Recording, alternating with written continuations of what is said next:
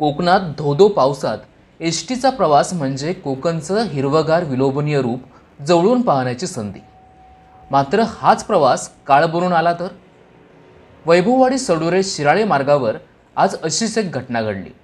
शिराळे विजयदुर्ग ही वस्तीची ST bus सडोरे दोंडोबा येथे आली असता अचानक दरड कोसळली। ही दरड एसटीवर कोसळली असती तर पण नशीब बलवत्तर होते म्हणून प्रवाशांचा जीव वाचला। मात्र या घटनेचे साक्षीदार असलेल्या प्रवाशांचा श्वास मात्र अक्षरशः रोखला गेला होता। सिंधुदुर्गात हल्ली 4 दिवस पावसाचा जोर वाढला असून त्यामुळे अनेक रस्तेही पाण्याखाली गेले आहेत।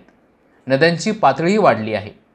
याच पावसाचा परिणाम म्हणून आजही दरड कोसळण्याची घटना घडली। एसटी बस सडोरे शिराळे येथे येताच ही दरड कोसळली। ही घटना सकाळी 6:30 वाजण्याच्या सुमारास घडली। त्यामुळे सुमारे 5 तास वाहतूक बंद होती। दुपारी जेसीबीच्या सहाय्याने दरड हटवून वाहतूक सुरळीत सुरू करण्यात आली। एसटी बसवर दरड कोसळण्यापासून थोडक्यात बचावली, अन्यथा मोठा अपघात घडला असता आणि जीवितहानी होण्याची शक्यता होती। दरम्यान या घटनेची माहिती मिळताच स्थानिक ग्रामस्थांनी धाव घेतली। मात्र दरडीचा मोठा भागच रस्त्यावर आल्यामुळे मार्ग पूर्णपणे ठप्प झाला होता। एसटी चालकांनी एसटी बस सुरक्षित ठिकाणी मागे घेऊन उभी केली।